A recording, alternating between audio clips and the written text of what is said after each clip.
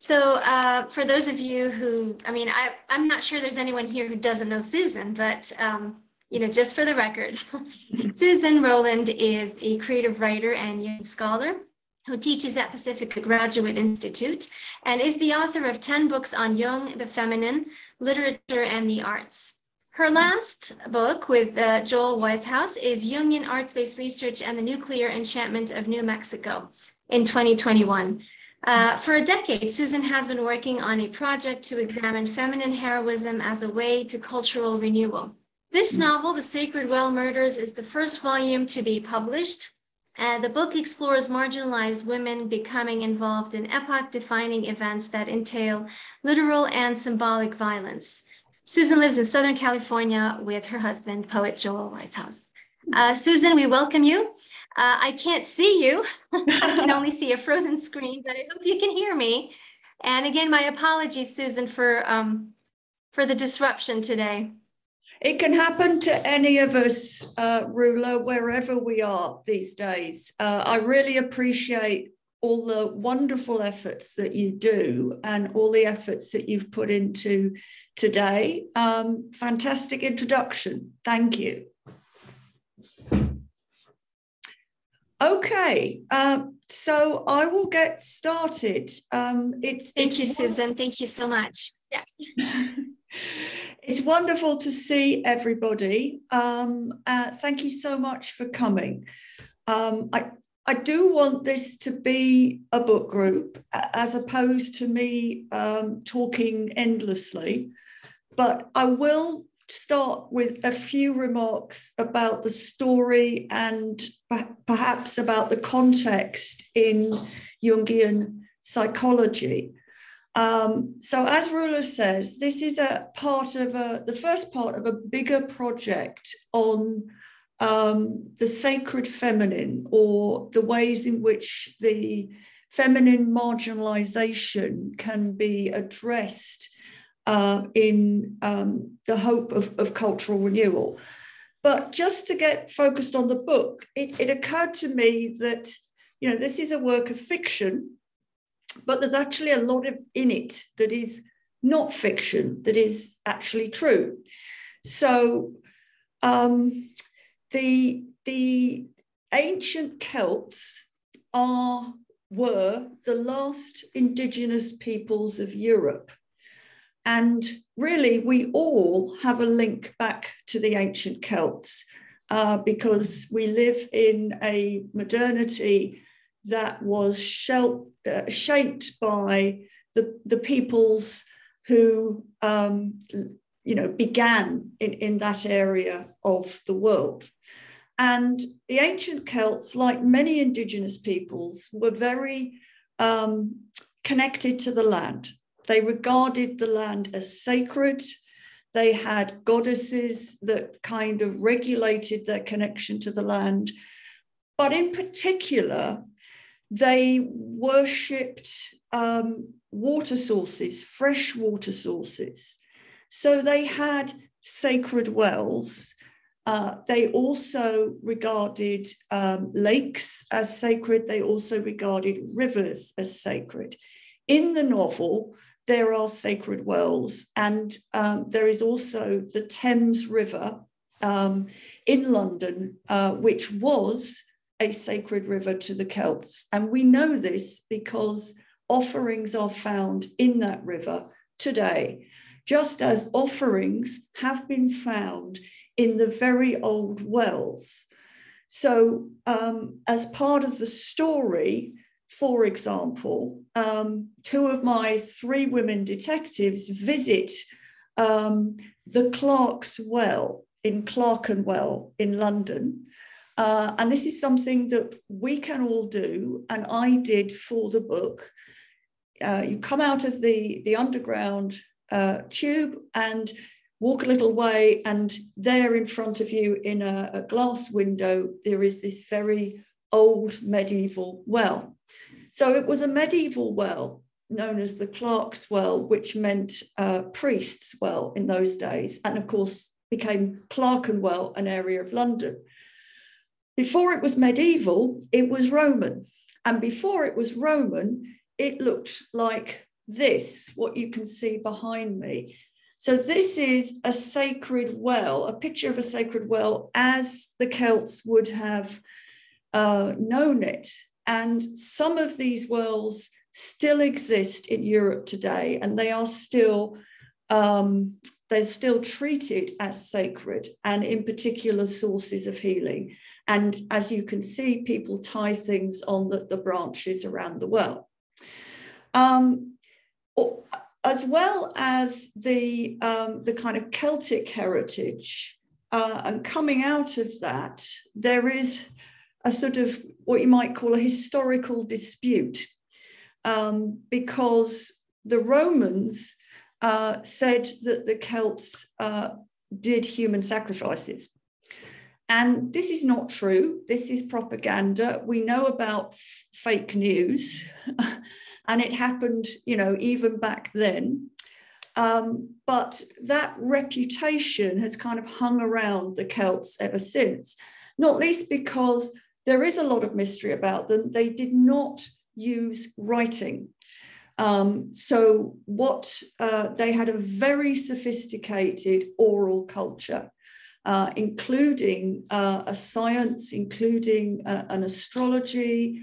The Celts founded most of the big European cities, and they founded them in a kind of in relation to the stars. They were a very much interconnected kind of society in a very archetypal way. But they didn't do human sacrifice on a regular basis, and this is what scholars now believe because there is just zero evidence of it, and there would be something. So what the book looks at is our desire in the 21st century to be indigenous, to be connected with cultures like the ancient Celts, cultures who were connected to the land in the ways in which Western modernity has lost. And one of the reasons for this, and one of the big anxieties around this, is, of course, the climate emergency. And I imagine what would happen if a group of modern people who are basically traumatized by the climate emergency, but who are also traumatized by very modern problems like post-traumatic stress disorder, like family breakdown, that if these very vulnerable people got involved with what they imagine to be Celtic culture and this allegation of human sacrifice. So this is a detective fiction like other detective fictions. It works with that genre, which is a very complex genre, with very deep archetypal roots in myth. And I'm hoping people will ask me about that. I wanted to take the idea of the triple goddess as a detective, and in this case, 3 women who work together in a detective agency, and they are Mary Wandwalker, the so-called crone, who's in her 60s and has is basically lonely because she's made a lot of mistakes in her life. And the middle woman, the so-called mother, is Caroline. She's in her 40s. She's not a literal mother. She is a mother in the sense that she has great nurturing capacities. But she suffers a great deal from chronic clinical depression. And the third woman is the so-called maiden, Anna, in her 20s. Now, Anna is not a maiden because she's never had sex. She's a maiden because she's never had love. She was trafficked as a child and grew up in the criminal underworld, having horrendous experiences, and by sheer effort of will, got herself out of the sex trade and into working for the criminals with computers. And eventually, the gang was investigated by the police, and she was rescued by Caroline's husband. They had an affair, Anna and the husband. The husband was murdered, and the situation now is that Caroline and Anna are having a romantic relationship. But Anna, as a formerly trafficked woman, is very volatile, very unstable, and very mysterious. And Caroline, of course, has this chronic depression problem.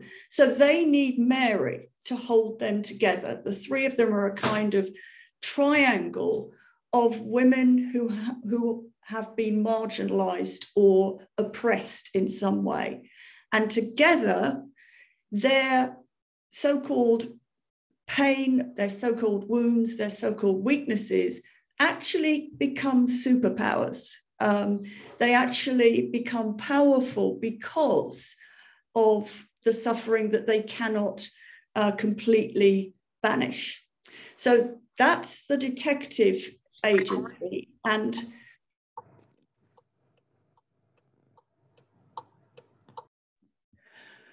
I suddenly got muted, so I hope you didn't miss much of that. The story begins with Mary being asked to, the story begins in Oxford, England.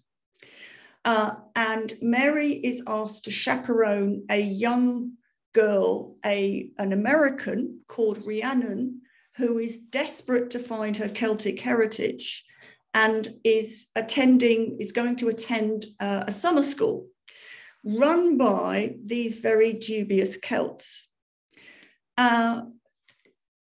Therefore, because their dubiousness is becoming slightly apparent to the powers that be, Mary is also asked to take a good look at these Celts and basically to investigate, try and get into their secret levels, because these Celts are talking about three important transformational rites. One that will be in the Sacred Well in Oxford, one that will be on the Thames between Oxford and London, and the third one will be on the Thames at the summer solstice. And so the story kind of revolves around these three great rites that we discover involve human sacrifice, and whether or not the detectives can stop this. In a sense, we're talking about modern terrorism, but on religious grounds. So I think I'll stop there, and I really would love some hard-hitting questions or comments or views. Perhaps people might put their hand up on the reactions, or just wave wildly. Yeah, you can, or you can type a question or a comment in the chat and we can read it out for you. But if you scroll down to the bottom of your screen and float your mouse over the reactions button, you can see an option to raise your hand. So I see Deborah has a question. You can unmute, Deborah. Hi, everybody. Susan, what a wonderful book. What a joy to read it. It was just Thank so you. gripping and fascinating, a real page turner. So thank you. It was fun. It was fun. This idea of the triple goddess, the maiden, the mother, and the crone, that really comes out well in the book. And I'm wondering what it was like as you were writing it to sort of assign sort of the archetypal behaviors, if you will, that are associated with these three. And were you shifting it all? I mean, a crone could have maiden-like or motherly-like behavior. So what was it like to work with those amazing archetypes? Well, that's a great question, and I'll try not to go on too long in reply. I mean, the simple answer is it was damn difficult.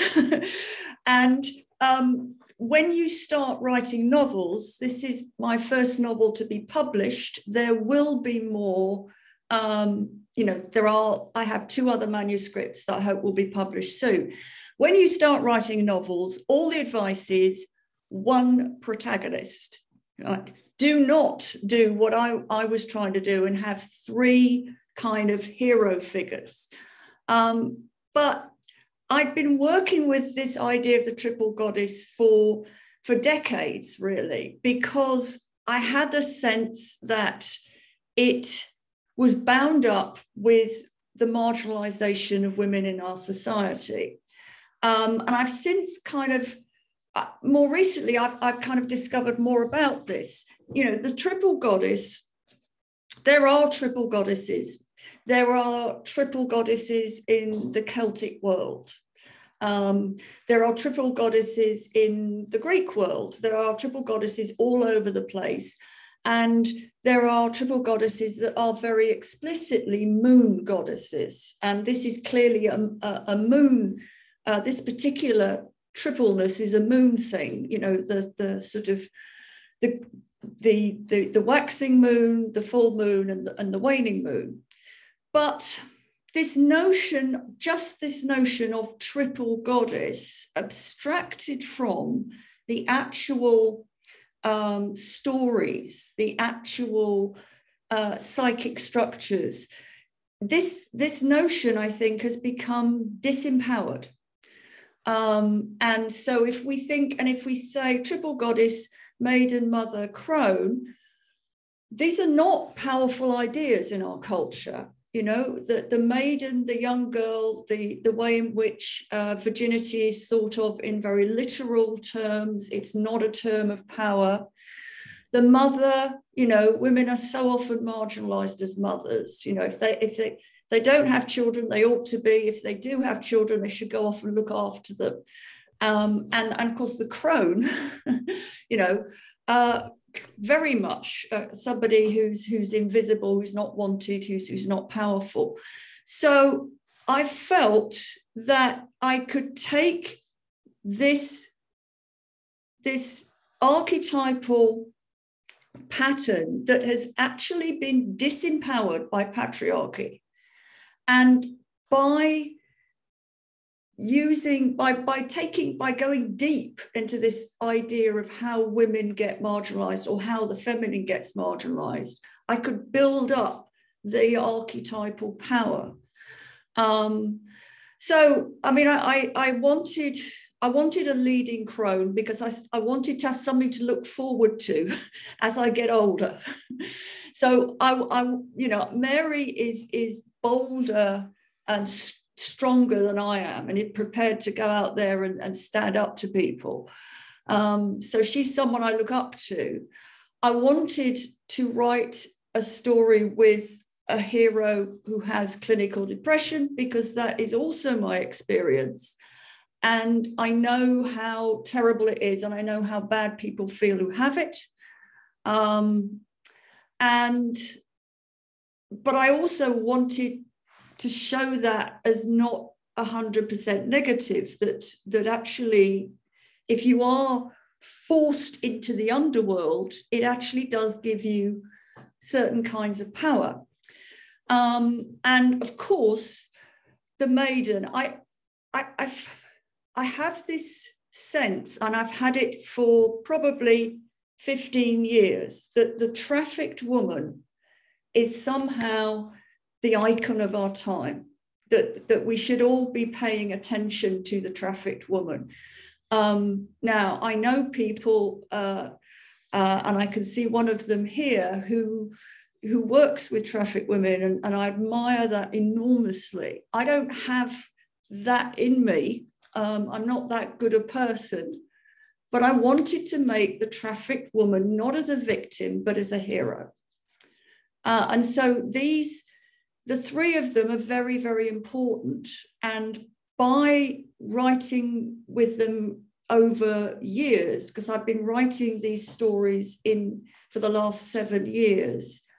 They are very real to me. And I discovered in the process of writing that the archetypes were there, because things would happen when I write that were not directed by me, that were not part of my consciousness, but were actually the world of archetypes contributing to these women coming into being.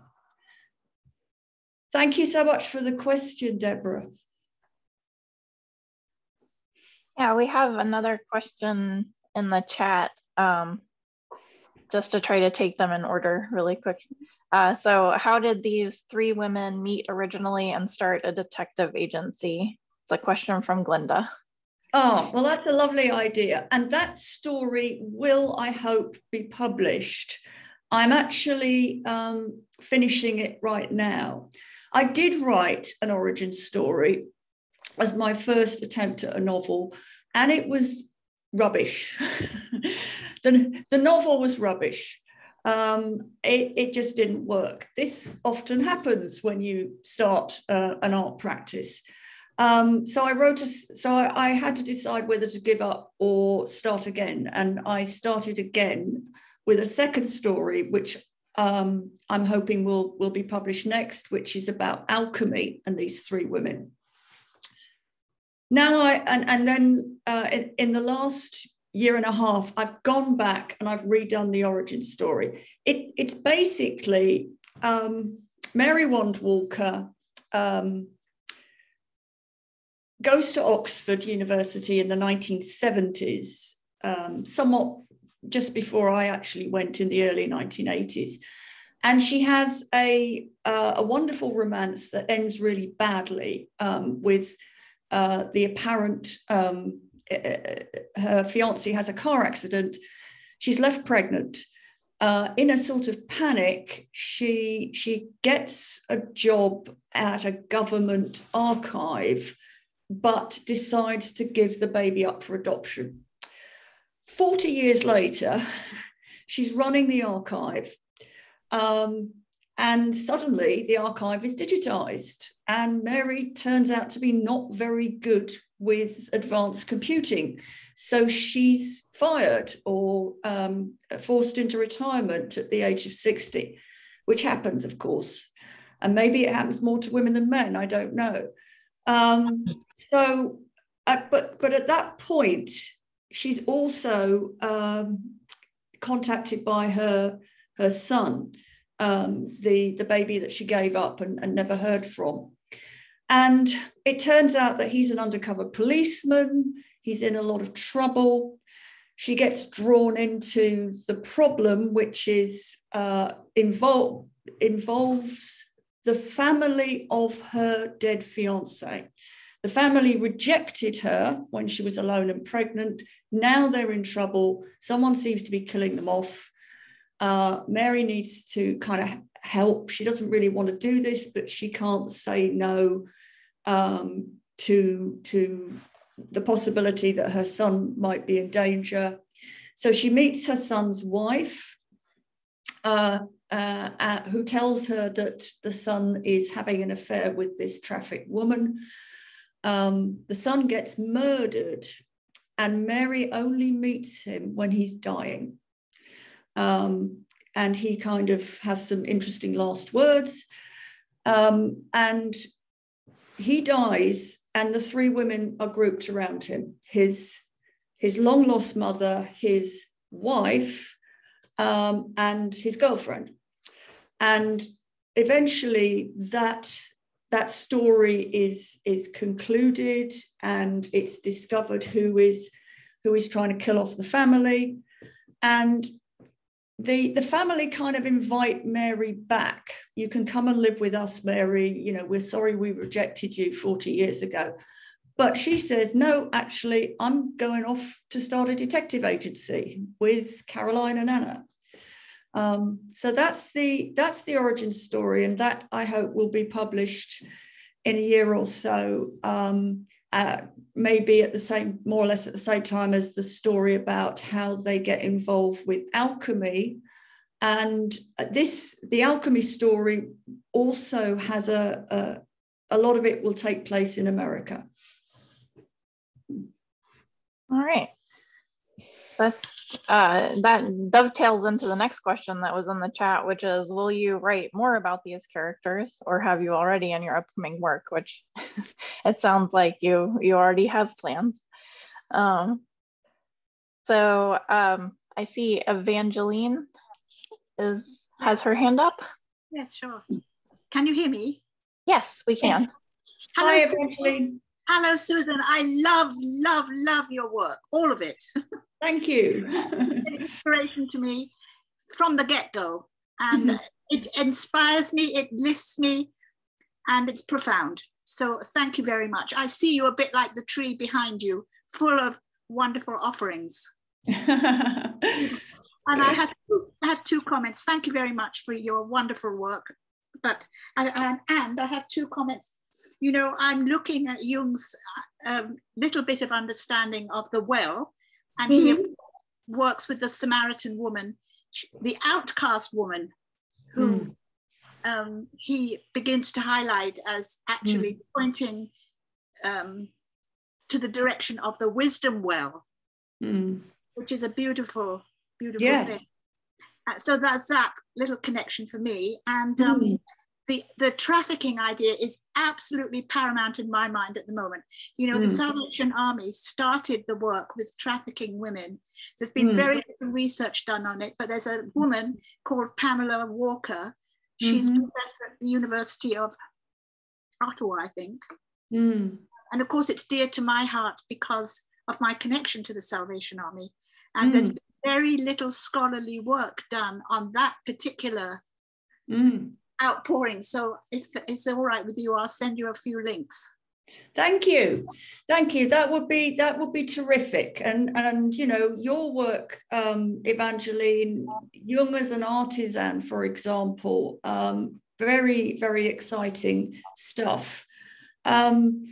Yes, thank you so much. The whole business of the well, and the well in myth and the well as sacred is huge, and very much embedded in the world of the ancient Celts, but as you know, continues through the centuries and comes up in different cultures and in different myths.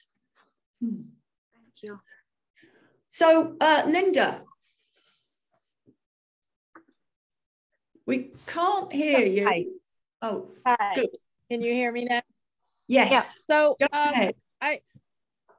it struck me that there's a lot about this novel that just feels so prescient, and just in the whole idea of the, you know, the sort of heroic stance of the masculine trying to hold on to power and kind of leading people in this, you know, adoration and propaganda. And I mean, I just am so relevant. And, you know, this kind of battle between a singular patriarchal figure versus the richness that comes from, you know, like the triple goddess, or just kind of having this amalgamation of different perspectives to attack a problem, to kind of find the source of, you know, the one perspective really doesn't work. And so I don't know how much this is a question, but it just was, it's amazing how you're writing a detective novel, but yet it speaks so much to, and not just in the obvious ways, the ecological concerns that you talk about, but just in the shifting power structures, or how do we look for healing in general. Yeah. Thank you so much, Linda. That's a wonderful thought and perspective. And I do want to respond. I wasn't consciously setting up a story about a sort of triple feminine marginalized versus the sort of the patriarchal warrior singular vision, but that's kind of how it turned out. And you could say that there are two patriarchal figures in the story. I haven't mentioned either of them. One is a very sympathetic one, and one is you know, the bad guy. But the bad guy is quite cute too. He's very charismatic, and he's very, you know, I think he deserves sympathy because he's become possessed by the Celtic, his idea of the Celtic religion, his vulnerability, his PTSD. He needs, as I've said, the traumatized need the gods, but they may become possessed by them. And so this guy who started off as a decent guy, goes in the army, dreadful things happen to him, PTSD, not properly treated, and he becomes this kind of crazy Celt stroke white supremacist. And the whole racism thing is there in the story. And he's definitely a big problem. The other sort of patriarchal powers that be guy is Mr. Jeffries, whom I'm very, very fond of, and is a character I've been kind of thinking about and working with for 15 to 20 years. He is of African descent. He has a position of power in the British government. He was Mary's employer at the government archive. He and Mary have a long sort of love-hate relationship. Goes back 40 years. And when he finds out that Mary's been kidnapped, you know, he does what the powers that be do, say, right, okay, girls, go away, let the men sort this out, let the powers that be sort this out, leave it to the police. But that's not going to work. You know, it is a story about the old ways not working and the need for a much more collaborative, feeling-based, eros rather than logos-based response to basically what are modern terrorists. And I love that you say that it was prescient. I mean, one of the reasons why I'm supporting Jungian arts-based research for students is that Jung was aware, or Jung said, that if you're really into the archetypes, your art could well be prescient, could well show the way society is going, could well be predictive of the future. Now, I finished the story, the first draft of the Sacred Well murders about 2 days before the January the 6th insurrection.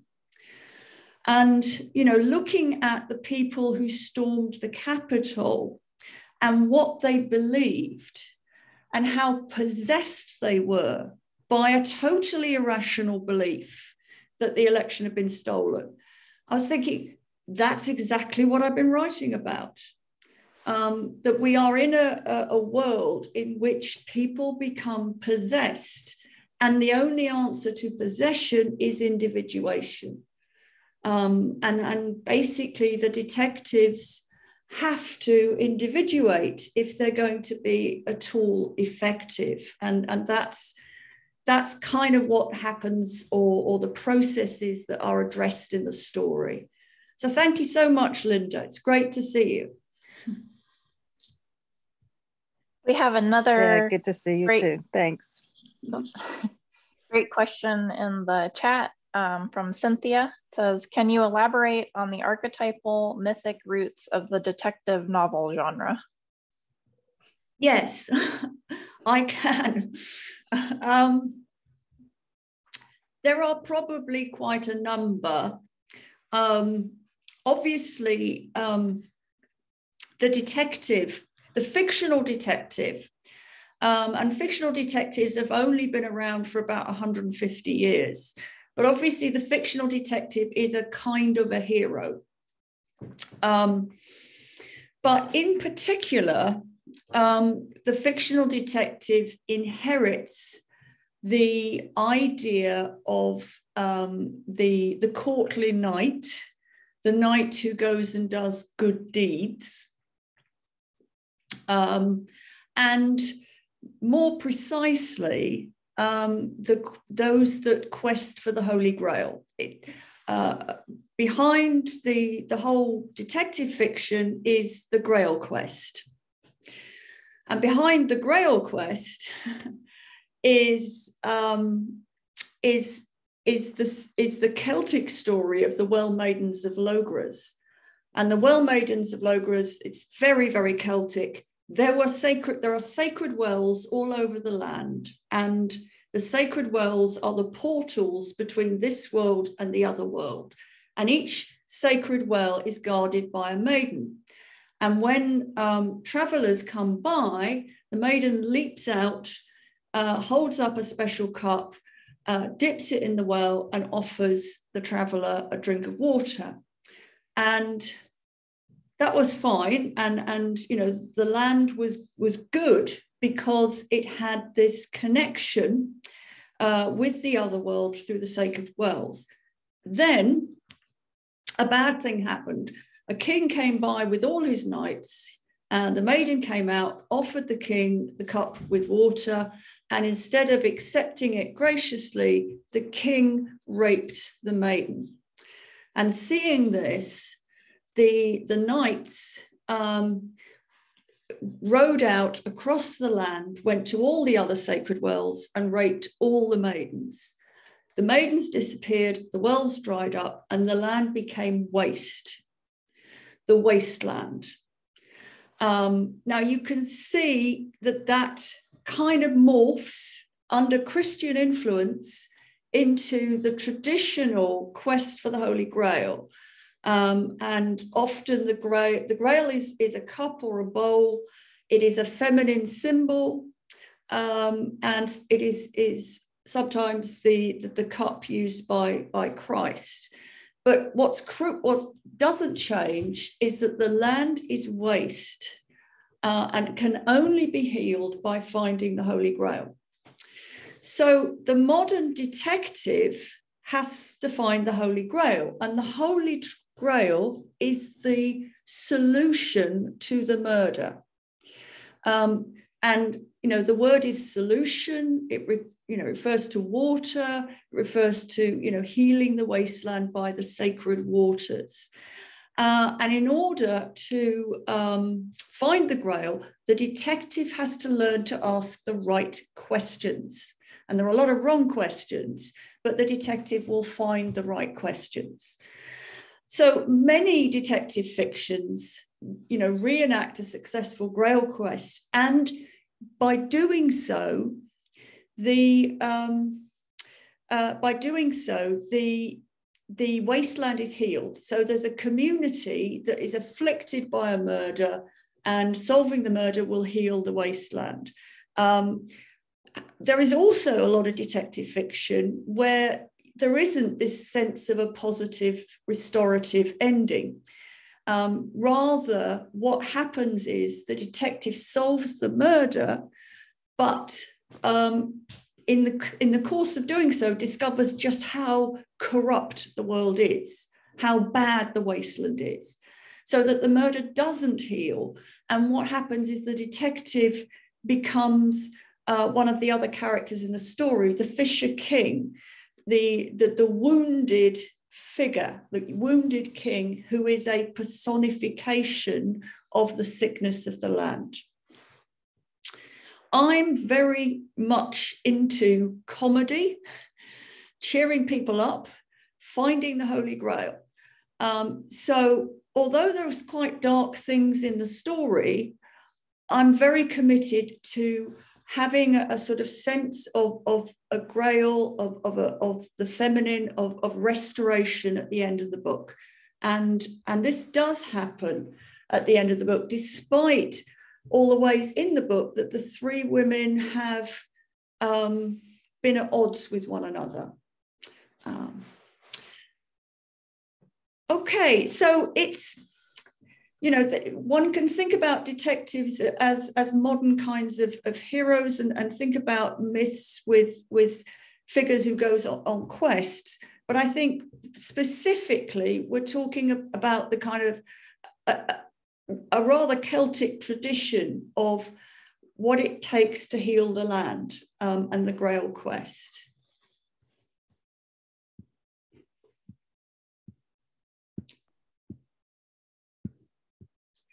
Hey, thank you, Susan. I see a question here by Angela. The detective in fiction is often troubled in many layers and facets. Does Mary somehow also represent the wounded healer? Did we just cover this one, right? Is this the one that we just covered? No, it's not the exact one. It's close to it. Okay, sorry. Okay.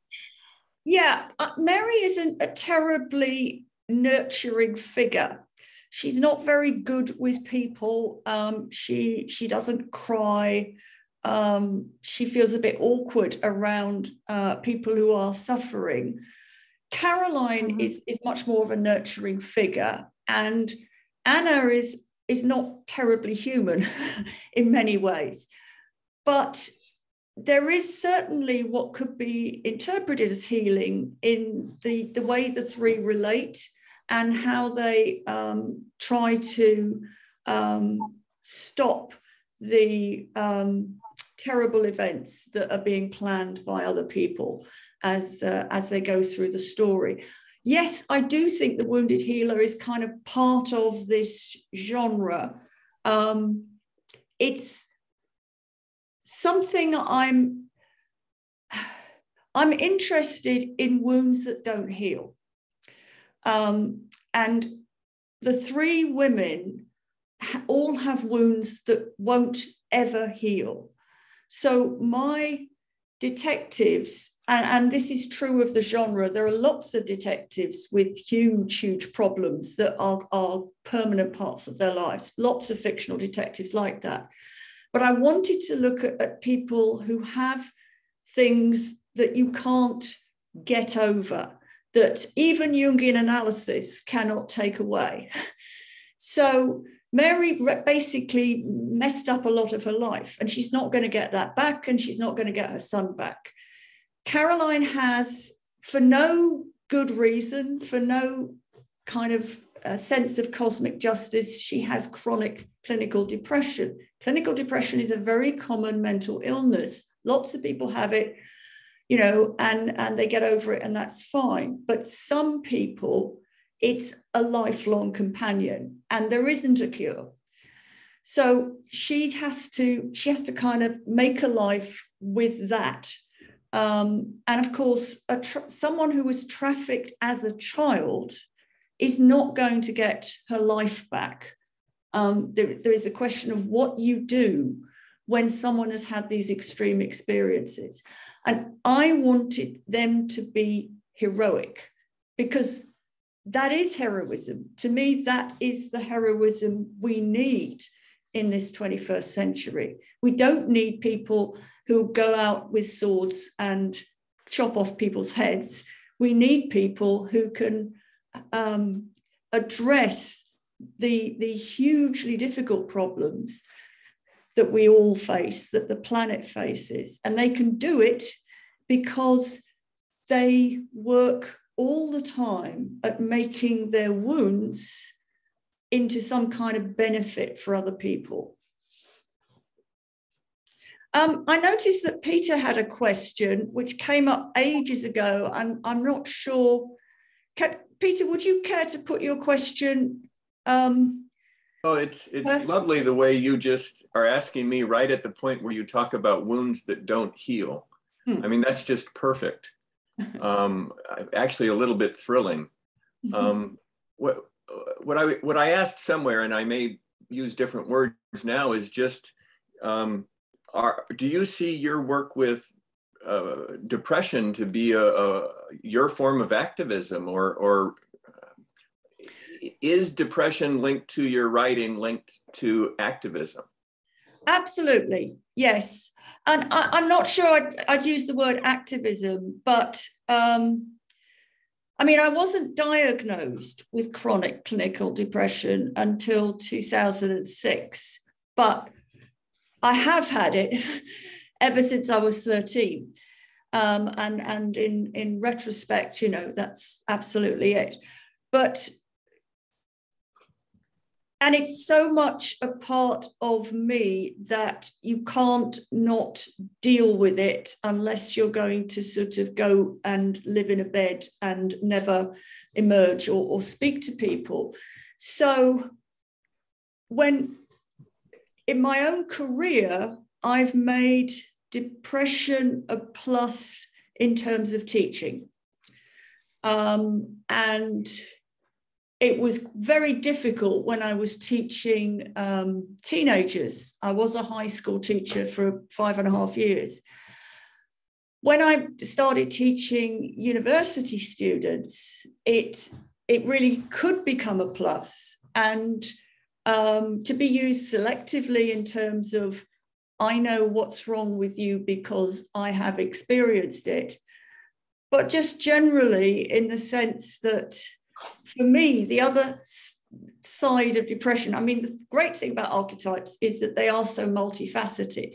So if you've got a really dark thing, there's got to be some good stuff in there anyway. And for me, the other side of the darkness is intuition. And I've used intuition in my teaching more than most people, and it works 98% of the time. When it doesn't work, people sort of yell at me. But when it works, I think it makes a difference. Then, of course, there's the writing, and I've been writing for publication for a very long time. I always wanted to write novels. I wanted to write novels when I was 6 years old. It took me 50 years to get started.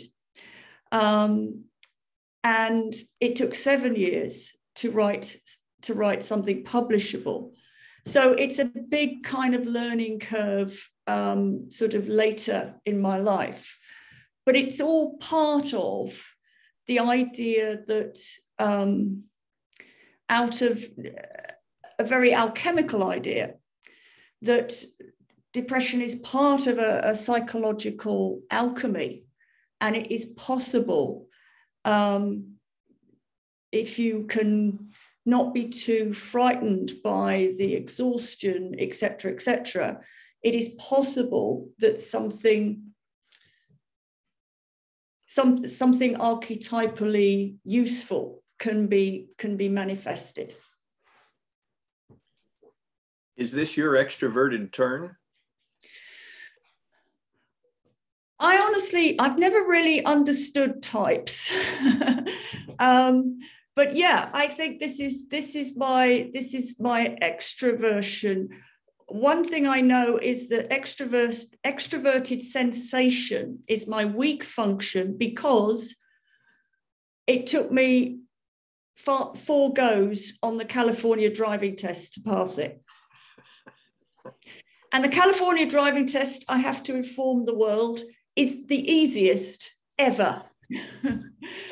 But I didn't drive because I didn't want to. I was defeated by California, and I had to do it. And in a way, starting to write novels was a bit like being faced with learning to drive.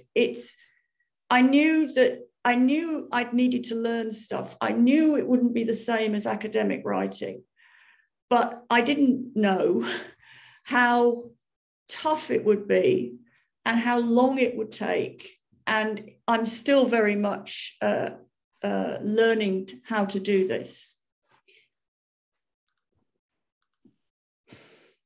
Well, we can tell from the results that you did it quite brilliantly, Susan. It was amazing. It's a wonderful book, and frankly, I can't wait until the other volumes come out. So, and I'm sure everybody else who's here feels the same way about it. And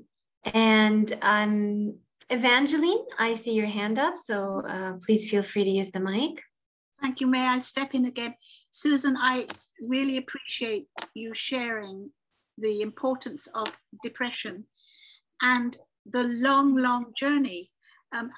For me, nearly 80, for me, that has to do with our whole culture learning to value old age. It doesn't all have to be squished into the first 40 years. So maybe you can have another detective who's in her 80s to join the Trinity. I'm being funny, of course. I think that's a great idea, Evangeline, and I will definitely, put it into the pot. But I wouldn't be at all surprised because, you're absolutely right. Our culture needs to learn to value all of us. Yes. So much of what's wrong is about including people rather than the kind of exclusions that have dominated the kind of culture that we are now in. So it means including people who are suffering. It means including people who have mental illness. It means dealing with our entrenched racism. And it means going beyond the human and considering the other kinds of creatures or people who live on the planet. For sure. Thank you, Susan. Okay, thank you, Susan and Evangeline. We have a comment. It's a comment, not a question, from Adam. Fascinating and loving the book. Just wanted to make a small comment regarding calling the Celts indigenous of Europe. The word Celt is relatively a recent term referring to speakers of Celtic languages and who shared a common mythology, but they weren't a single ethnic group as the word indigenous suggests. Their origins most likely started in around Iraq and spread into Europe. The Irish Celts came up from Galicia, and I suspect the wee people fairies who went underground were indigenous. And if you'd like to comment on that. I definitely would. But in saying that the Celts were the last indigenous peoples of Europe, I'm not saying they were a single ethnic group. In fact, something fascinating came up when I was out of a talk I gave at Pacifica a week ago. Anyway, I'm not being coherent. The Celts did come from the east, and they're likely from the Iraq region, and they came into Europe and populated a lot of Europe. And they were ethnically mixed. They were different tribes. They would fight each other, but they had a kind of common mythology. It's complicated because a lot of their goddesses and gods were located. There would be a god of this particular place or this particular river. I think, we have this word Celt, which refers to the Celtic languages that developed, and some of which lasted a long time and became what we know as Irish and Welsh and Gaelic in Scotland today, and no doubt other languages in Europe. I do think it's important to think about the Celts as pan-European, because there is a possibility of this, looking back to ancient peoples being part of a racist mindset. It has actually happened, and of course it's happening now. The Celts were not white in any modern sense. They certainly traded with African peoples, and as we've said, they've come from around the Iraq area. So last week I was talking about this to some students, and then I had a conversation with a fellow faculty member, Dr. Mansour Abdi, who's done research into his own culture of Islam. And of course, Islam comes from a similar geographical area. And he told me what I didn't know, which is that there are two real kind of similarities between Islamic culture and the Celts. One is the sacred well. I was not aware that the Hajj pilgrimage, when there is the circulation, circulating the, I don't know what it's called, Ruler, you might know, but basically there's a well. There is a well with water that still exists, that is regarded as holy, and as part of the pilgrimage, there is the drinking of the water from the holy well. And of course, you will all notice from that, holy well, Holywell, is a frequent name in European places. So there is that. There is also a sense, something about severed heads, because one reason the Celts are sometimes still misunderstood, they didn't practice human sacrifice, but they did have a thing about severed heads. And for example, in London, the Tower of London was originally a kind of Celtic place. And you probably know that the Tower of London has ravens, and the ravens have to stay or the whole kingdom will fall, and therefore a great deal of effort is placed to keep the ravens at the Tower of London. You can go and see them and say, hello, ravens, and there they are bouncing about. They're there for a Celtic reason. Underneath the Tower of London is buried the head of a Celtic king, King Bran. And so the Celts regarded the head as, I think, the house of the spirit. So they would, in burial, they would remove the head and bury it somewhere else. And this thing about the head and the severed head becomes a motif that continues, at least down in British culture. And if you walk around London, you will find carvings of severed heads all over the place, that this kind of theme has continued. So we are talking about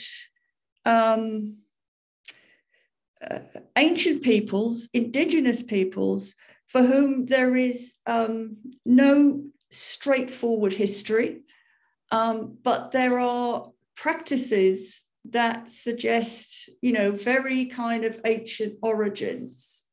It's rather like the fact that it's now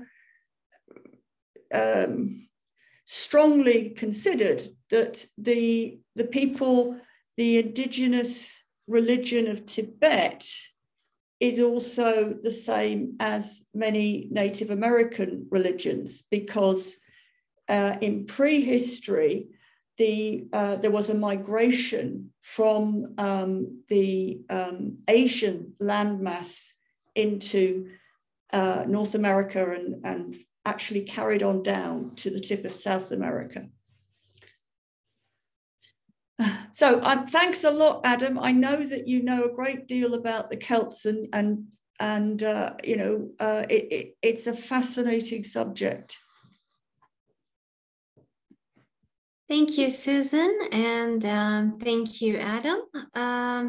There's a question by Linda. How does the idea of individuation relate to the notion that there are things some people will never get over? Yes, I think it's easy to and natural to think that individuation is about making everything better. And it would be really nice if that was true. But it's about, Jung said it was about becoming more individual. It was about becoming more specific, more oneself.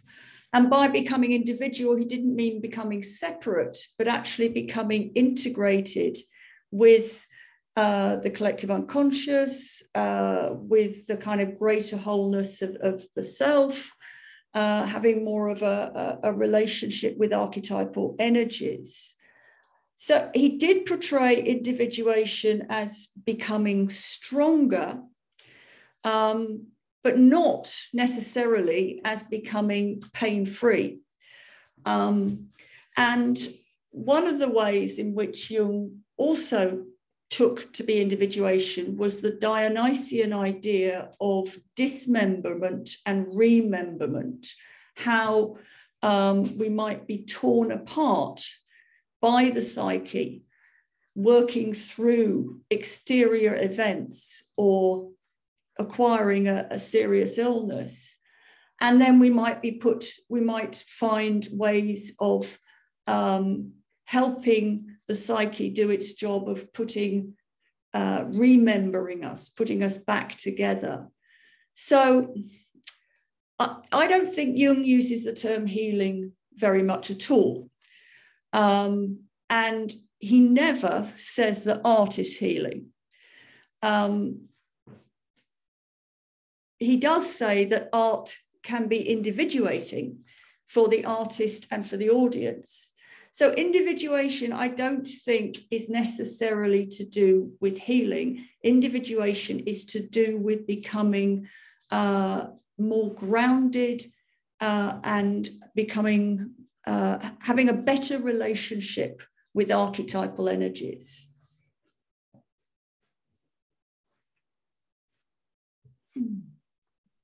Thank you, Susan. There is a similar question here, or comment actually, about healing.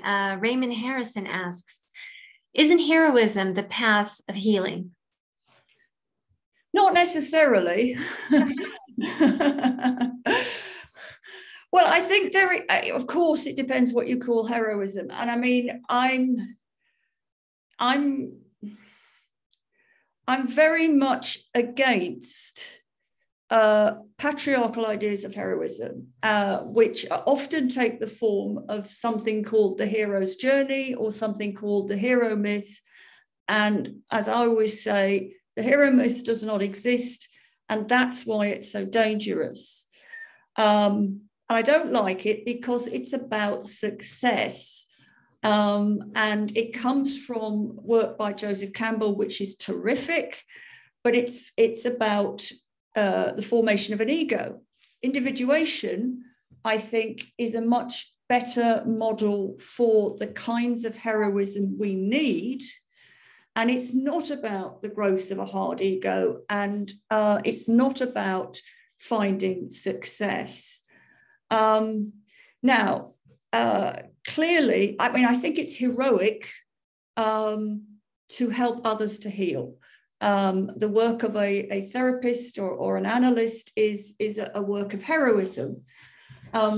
Healing oneself can also be a work of heroism if it is something that you know is connected to the regeneration of the world around you. If it's in a kind of archetypal context, that it's part of an attempt to heal the wasteland. Healing of oneself just for oneself, and imagining oneself to be a separate thing in the world, that's ego work. And ego work may be necessary and important, but it's not what I would call heroic. And of course, it depends what you mean by healing.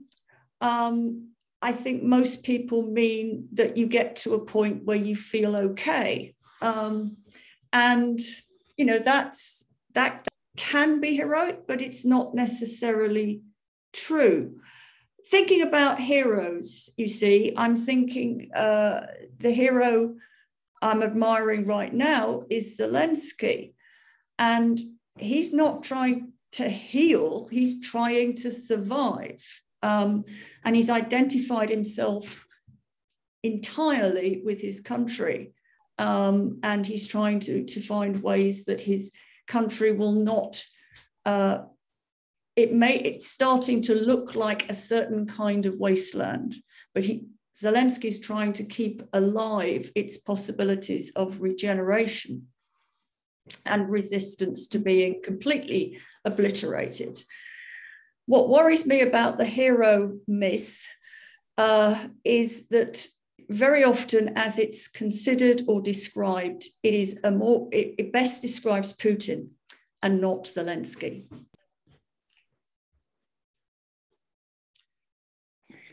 Thank you, Susan. Mm-hmm. There's a question that I wanted to ask, actually, a question about the role of witches.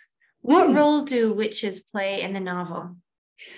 Thank you. Yes, and Janet, there is a character who is a witch. She's called Janet. She's short and elderly. Maybe she's what Evangeline was looking for, because she could easily be in her 80s. She is lovely, and she actually appears in an earlier book that I'm hoping will be published in a year's time. I mean, we're introduced to her in an earlier book. So, yeah, the witches, I admire the modern witchcraft that is drawing on mythical traditions of the sacred feminine and connections to nature. And so in a way, this novel the novel presents a world, and in the sort of background of this world, in the novel, there is this place called Holywell, aka Holy Well, that has stuck to the traditions of the Celtic love of nature more genuinely and authentically than many people calling themselves Celts. So Holywell was once a convent, but it's now, and then it became a group of nature-oriented witches. It's always been women only. These witches had to kind of practice under the radar and at times totally in secret. But what they were doing was providing medicine and medical help for the community before there was healthcare. And then healthcare comes along. The National Health Service was formed after the Second World War, and Holywell had to decide whether they were going to continue to dispense medicines or not. They decide that they want to be part of the health service, and they become therapists. So they qualify as therapists, but they continue their witchcraft. They have to agree with the health service that they won't use spells on their patients, and they don't. They keep their magic to themselves.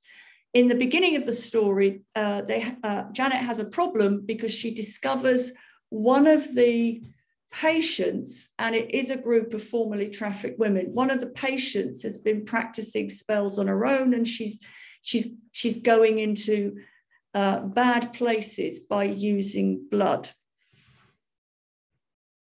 And so she calls Mary Wandwalker to help her out, and sends the young woman to Mary in Oxford, and so that she can attend this Celtic summer school and learn more about the true traditions. So thanks, Rowland. Okay. Janet is, Janet is a helpful friend. She's an expert in herbal medicine, so much so that the official powers that be, the hospital in Oxford, use her as a consultant. And so she's an example of, an indigenous tradition and a kind of modern medical tradition working together. At one point, Anna is very sick because she's been given this dangerous Celtic drug. and nobody knows what to do about it. And so Janet is called upon to help, and she does help. Yeah, we love Janet. I mean, Janet is one of the coolest characters in the story, actually. Thank you. So I really like her. Thank you. In the alchemy story, which I am hoping will come out soon, we're introduced to Janet, and who also has a bit of a depression problem. And we get Janet's story and how she becomes a witch, and how important her kind of knowledge is. All right, we're looking forward to that. We have an interesting comment here by Sharon. Sharon says, I kept dwelling on the word exmore. Perhaps it's subliminal, but I was wondering that in the word ex, meaning nullified, no more, and then contrasted with more or more, can be associated with the death rebirth archetype. I think that's a fantastic idea, and I had never thought of it, and that doesn't mean it's not really relevant. I mean, the whole point about this kind of creative work is that you don't necessarily know about it yourself. And that's part of what Jungian art-based research means. I think that's very important. Yes. So Oxford is a real place, and it has real colleges, and a novelist has to decide, are you going to put in a real college and, you know, just wait to be sued, or are you going to make up a college? So I'm making up colleges. Exmoor actually is close, Exmoor is a place, it's a moor. In the west of England, and it's geographically close to Exeter, which is a city, and Exeter College is a real college in Oxford, attended by my niece. So it's a kind of sort of gift to her that I would make up this college based on it. In another story, I have a college called St. Julian's. And it's actually named for, it's in the same place as St. Edmund Hall College. That's the real college where my nephew went. Now, St. Julian's is so called after Julian of Norwich. And so in this fictional world, Julian of Norwich, who was a wonderful medieval woman theologian, I make her co-found an Oxford College, and it becomes St. Julian's. Angie's got her hand up. I loved everything, but I loved Janet especially. I got really I loved that whole part where she just whoops in and she's tapping on Anna's foot with a spoon. You know, yes. She's diagnosing her. That part was so delightful. All of those little small details. And then it turns out that she's this master chemist, that she, you know, basically swoops in and solves this mystery, finding that poison all the way back to North Americans, you know, that we've stolen. I mean, it was brilliant. I absolutely loved that part. Here's my nerdy question.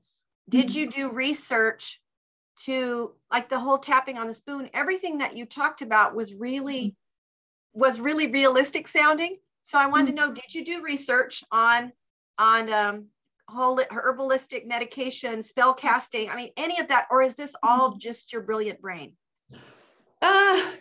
Great question. Thank you, Angie. Well, the answer is not really. I didn't say to myself, okay, so I'm going to have the witch come in and do some kind of treatment.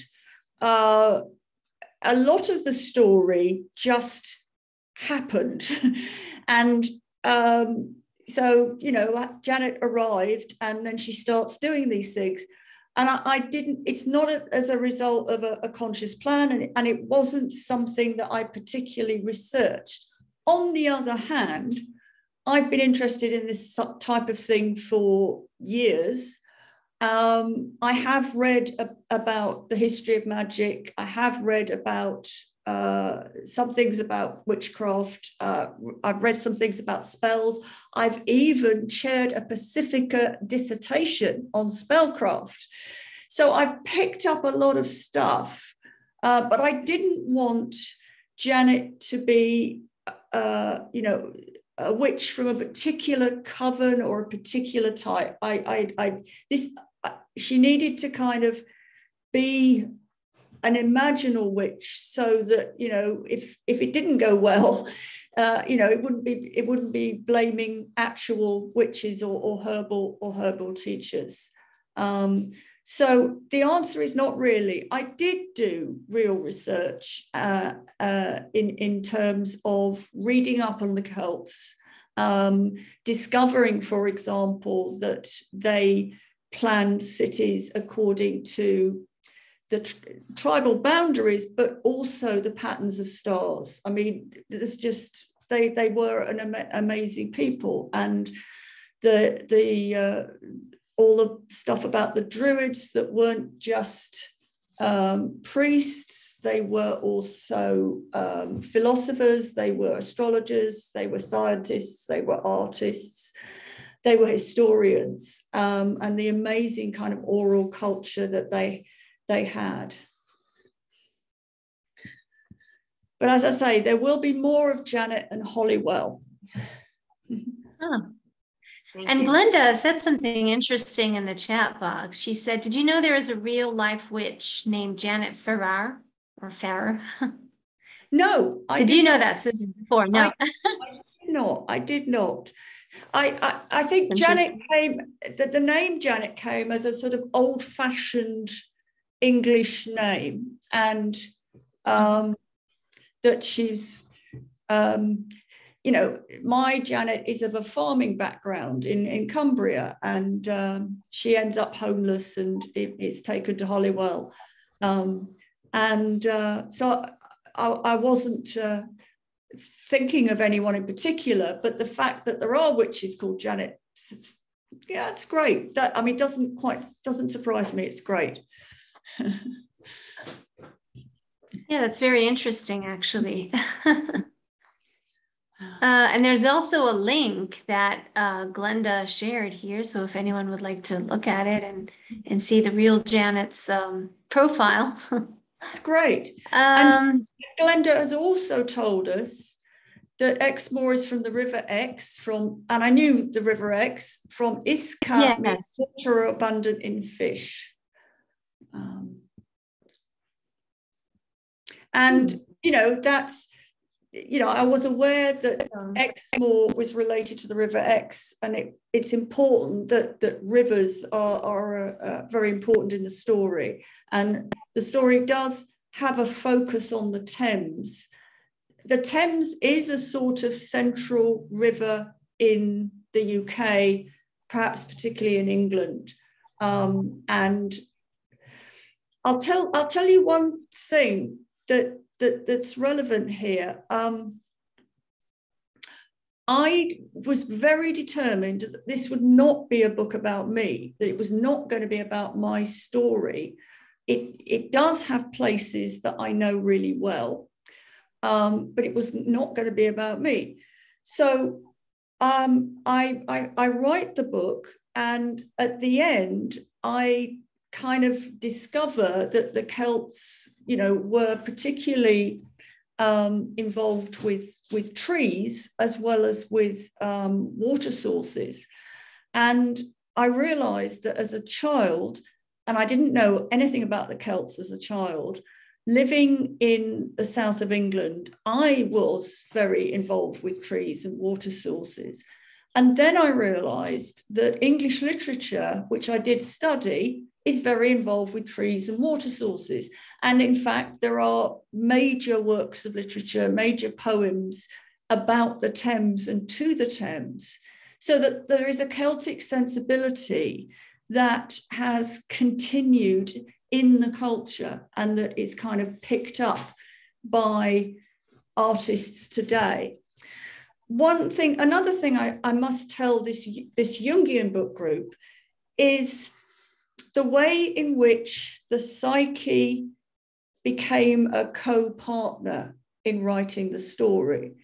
So a lot of the time, I didn't plan the story out. I did plan the 3 major events, but that was it. And it kind of flowed from there.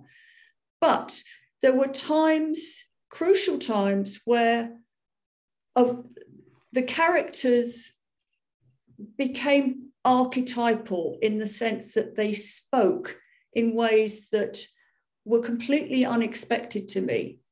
And there are 2 examples in particular. One is near the beginning of the book, and Mary discovers a severed head, and it's not very nice, and she's feeling a bit bad about it because it does show that she's kind of failed. And so she's kind of haunted by this severed head, and then suddenly the head began to speak. And this is not what I wanted. This was not what I planned. This sort of thing was not going to be in the book, but this head wanted to speak. And that talkative severed head carried on in the book, that this character who was supposed to be dead and out of the story actually was more interesting once she was dead, and she had things to say. And ultimately, I realized there were things to say. She had things to say to me, not just to Mary Wandwalker. So, this figure that is not quite human became important in the story. And an even more dramatic example is when Anna is poisoned, as Angie referred to, and she wakes up, and there she was in the doorway, and I didn't know what was going to happen next. So Mary says, "Oh, hi, Anna." And Anna says, "Who is Anna?" I thought, oh, didn't plan that. How on earth am I going to, what am I going to do with this? So the next day I sit down at the computer, I look at the screen, and I think, okay, well, I'll have Anna go back to the summer school and maybe something will happen. So they go to the summer school, and people there say, the Celtic summer school, "Hello, Anna, how are you?" And Anna says, "I am the wife of MacMannon ap Lir, and I have no name." This came from the cosmos. I had no sense of that, that this kind of thing was going to happen. I knew the name. The name MacMannon ap Lir is a Celtic figure that I discovered in my research. Was definitely not going to be mentioned in the book. Wasn't that type of a book. But Anna was now channeling this figure, the wife of Lear. And that too became a very important part, the last third of the story. And then I was writing the last lines of the story. And it was only then that I realized what the wife of Lear was doing. And I did some more research. And MacMannon ap Lir, who is a Celtic figure, could be a god, could be a chieftain, but definitely a Celtic name, is the prototype for Shakespeare's King Lear. And in Shakespeare's King Lear has a wife, or had a wife. We know this because King Lear has 3 daughters. But the wife of Lear in the play is never mentioned, and she is never named. She has no name. And the woman who has no name is the marginalized woman, is the trafficked woman. And I think it's very interesting. It's very interesting in the play that the wife, the mother of these daughters, is not only absent in the sense that she's probably died, but absence in the sense that they do not refer to her, because in King Lear, the whole world falls apart. And the only person who could possibly have prevented this would have been Lear's wife, the wife and the mother of the rest of the family that are just tearing themselves and the world apart. So the wife of Leah comes into the book entirely outside my consciousness. And it's very much to speak of the lost feminine integrative power that could bring things together and make the world work. Very much, I would suggest, a figure of the Holy Grail. Mm-hmm. Mm. Thank you, Susan. I also wanted to ask you about how the novel explores the relationships between parents and children. I mean, is there a reason? Is there a pattern here that you wanted to focus on? Well, parents and children are not doing too well in the novel. There's a lot of absent parents, and there's a lot of failing parents, and this proves quite disastrous. Some of the trauma, some of the chaos is coming from a breakdown of the family, and in particular between parents and children. I guess you could say it's a constant theme with me. I actually had very good parents, but my mother suffered from a mental illness that she acquired by me being born, which is a very interesting, context in which to grow up.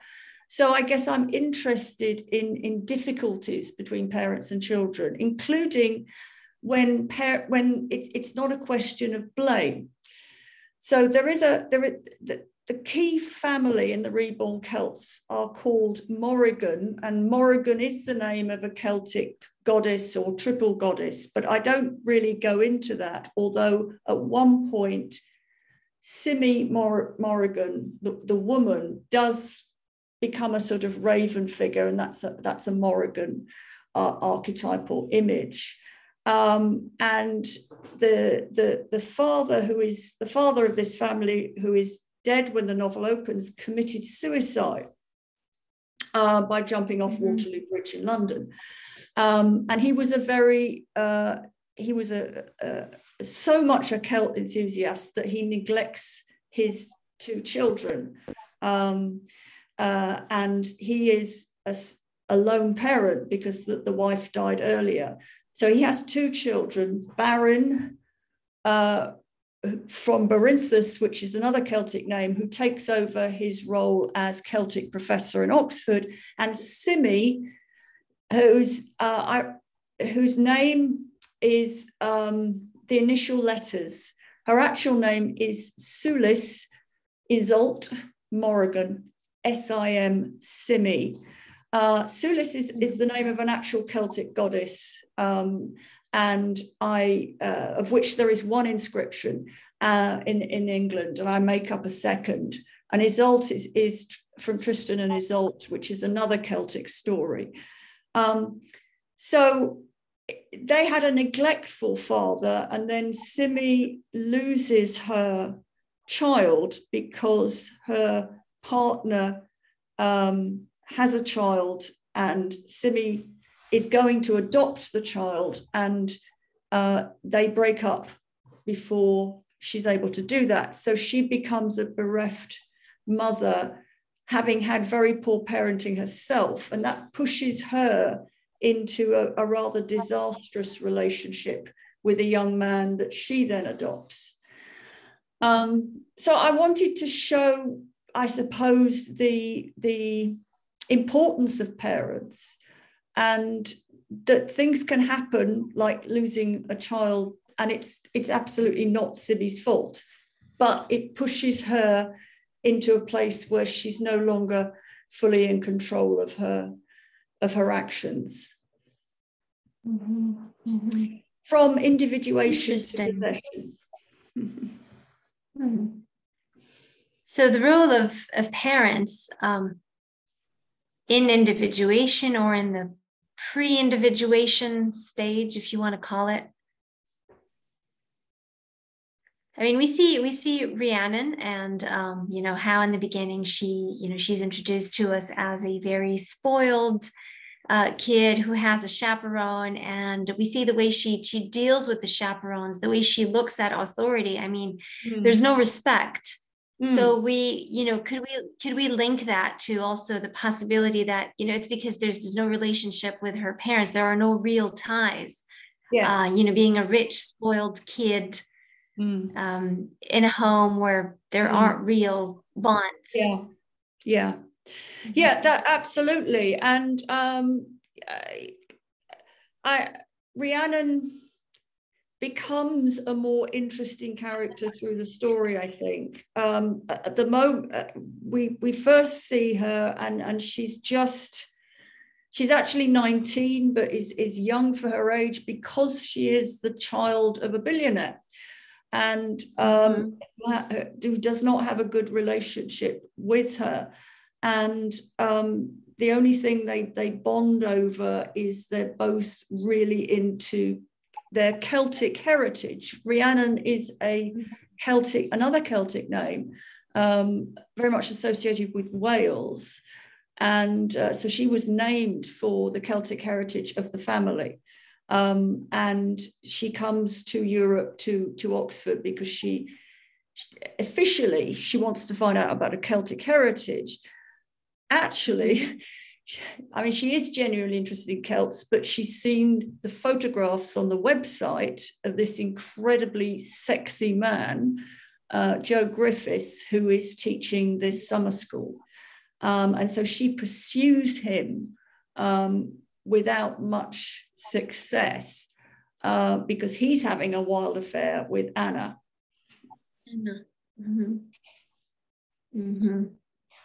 So she's a funny character in a way as well. Yes. Yeah, I think you mean funny, humorous. You know, there is. I hope. Yeah. I wanted there to be lots of humor in the book, and I think there is.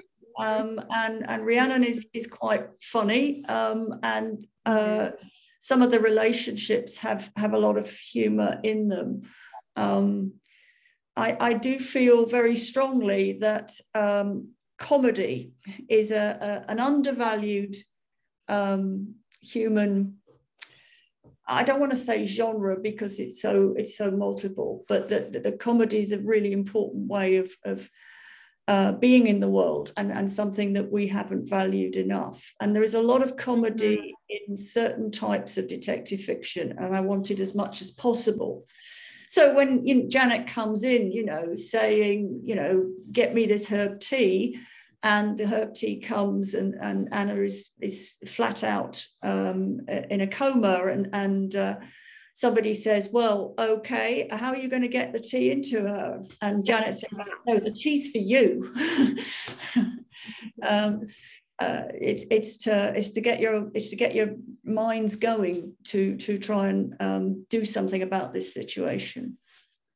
Yeah, I mean, that was really brilliant. I love the way you use humor in order to illustrate the characters. You use humor as also, you know, not just to grab the reader's attention, but it kind of does hook us into the plot, you know? It's not just the mystery, it's not just the murders, it's not just wanting to know, the curiosity of knowing what's going to happen next. But humor is one of the best parts of the novel, parts that I really enjoyed. Thank you. Well, I mean, again, it was a co-creation with the characters, with the psyche, that most of the humorous moments were not planned. They were there in the situation, and they came out of those characters encountering at that position. So, you know, I'm very proud of describing Mr. Jeffries as a blue bottle near the end, because he's covered in lycra. And he looks ridiculous because he hasn't worn lycra for probably 20 years, but he's been to the gym, and he went to the gym because his goons told him he was too old to go on the raid that would save Mary. So he comes to see the three women who are without Mary, but they've got another woman with them, covered in lycra, thinking that he can boss them around, and they say, no, you know, we're in charge of this bit. So thank you so much, Rowland. I think it's terrific that of all the work you're doing in Psychreative and Indelible, and I think people like myself are extra grateful for all the work you've put into this. Well, it's an honor. It's a great honor to discuss your lovely book and to get the chance to read it. It's nothing that I would want to miss. And I'm sure, again, all 32 people who are with us now are either reading it or planning to read it or have read it and loved it. So thank you so much for producing such great stuff, Susan. And we're really looking forward to the forthcoming 2 volumes. 2, is it? Is it 2 more? I've got Or could there be more? There will be more. There will be more than 3. I've got two almost ready to go into publishing, but I will be writing more of these. People may have noticed that this is a book about water. There is an alchemy theme here, and there will be, so the next books, one will be about fire and one will be about earth, and I have a plan for the one about air, but there will be more after that. I'm thinking 10. Wow, that's amazing. And are we to expect the next 1 or 2 next year? Well, it depends. Or is it going to take longer? I hope not. It depends. I don't have, basically, I'm about to start discussions with publishers. So it's not up to me. But I'm hoping that maybe that one at least, maybe in January next year, or maybe even before. It depends on circumstances beyond me. Well, it'll be amazing if we have it sooner. So we won't have to wait too much. And would you like to see them in the movies? Would you like to have them turn into a series one day? Or do you prefer that, you know, we keep it as a book? Because you know how they say that so many books are kind of ruined when they turn into movies. Not all the time, but, you know, mostly people prefer books to the movies. Yeah. Well, do you feel the same?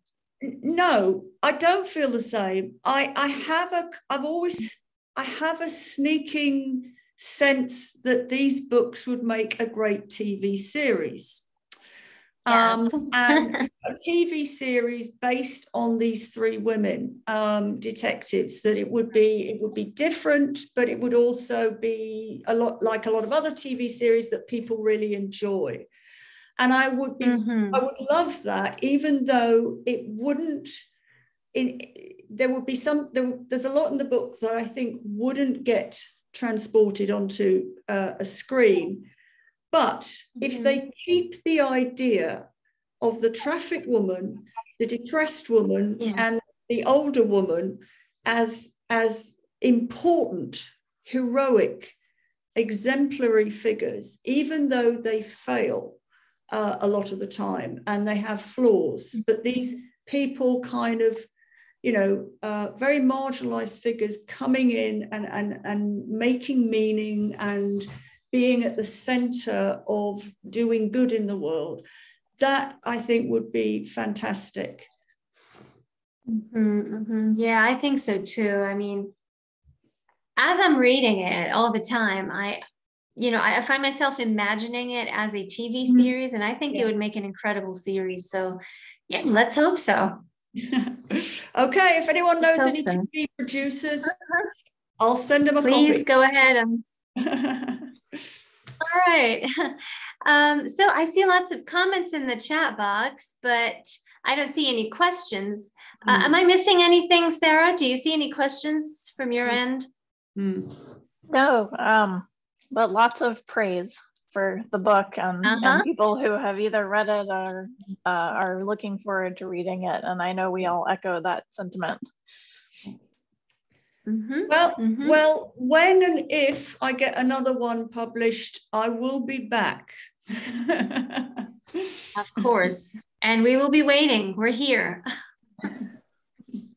Well, I want to thank you, Susan, so much for this wonderful chance for us to discuss your work and to discuss the impetus behind it and the creation of the lovely characters and the wonderful themes that you touch upon through the novel.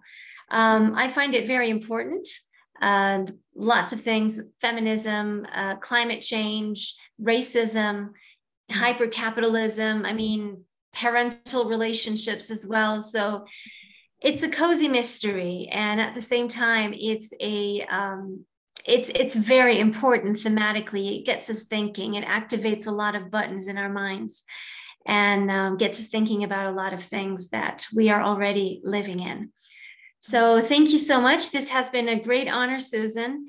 And we look forward to having you with us in another Psychreative session, hopefully before the next book as well. Yes. And I want to thank everybody who's here, and my apologies once again for the mishap with the internet. It's typical whenever I'm here, because this is my hometown that I come visit from time to time, and it's in the countryside, and the internet connection is just not that great. We do have power outages as well. They're random. They could happen at any time and any minute. And Sarah, I really want to thank you for taking care of everything that I couldn't do, and everything, for being so nice to everybody, and for greeting Susan and starting this session. So I'm very grateful for that.